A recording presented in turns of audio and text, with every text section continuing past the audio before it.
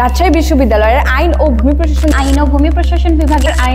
প্রশাসন বিভাগে ঘটে গিয়েছে একটি চাঞ্চল্যকর ঘটনা। অষ্টম ও নবম ব্যাচের শিক্ষার্থীদের মধ্যে ম্যানার শেখানোকে কেন্দ্র করে শুরু হয় বাকবিতণ্ডা, যা পরবর্তীতে চলে যায় সংঘর্ষে।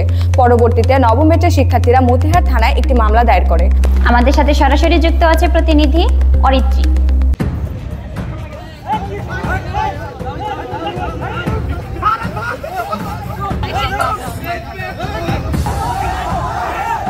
আমরা তো কিছু করিনি, ওরা নিজে থেকে ইস্যু বানাচ্ছে। আচ্ছা, এই বিষয় নিয়ে আপনার মতামত কি? তারা আমাদের ম্যানার শেখানোর নামে জোরপূর্বক সম্মান আদায়ের চেষ্টা করছে। Objection, my lord.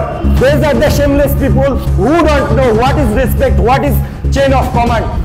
Objection sustain. My lord, Bangladesh ছাত্র কল্যাণ নীতিমালা 2012 অনুযায়ী যে কোনো শিক্ষা প্রতিষ্ঠানে শারীরিক মানসিক নির্যাতন, ভয় দেখানো এবং অবমাননাকর আচরণ সম্পূর্ণভাবে নিষিদ্ধ। আমাদের সাক্ষীদের অবস্থা দেখেন কি শোচনীয়। তবে একটু ভাবেন যে যাদের র্যাগিং শিকার হয়েছে যারা, তাদের অবস্থা কতটুকু হবে। প্রতিপক্ষের যে বক্তব্য সেটা ভিত্তিহীন এবং ইররেশনাল। মহামান্য আদালত, আপনি জানেন বিবাদী এবং বাদীর মধ্যে যে সম্পর্ক, সেই সম্পর্কটি হচ্ছে সিনিয়র এবং জুনিয়র সম্পর্ক। তারা বিবাদীদেরকে তো সম্মান করেই না, উপরন্তু র্যাগিং এর নামে যে মিথ্যা অভিযোগ নিয়ে এসেছেন তা সম্পূর্ণ সন্দেহাতীত এবং ভিত্তিহীন। আমি কোর্টের কাছে প্রার্থনা করব, কোর্ট এমন একটি রায় প্রদান করুক যাতে সিনিয়রদের সম্মান প্রতিষ্ঠিত হয়।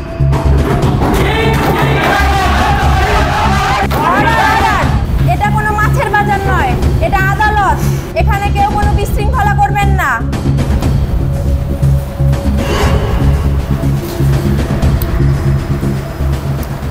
আজকের মতো এই আদালত মুলতবি ঘোষণা করা হলো।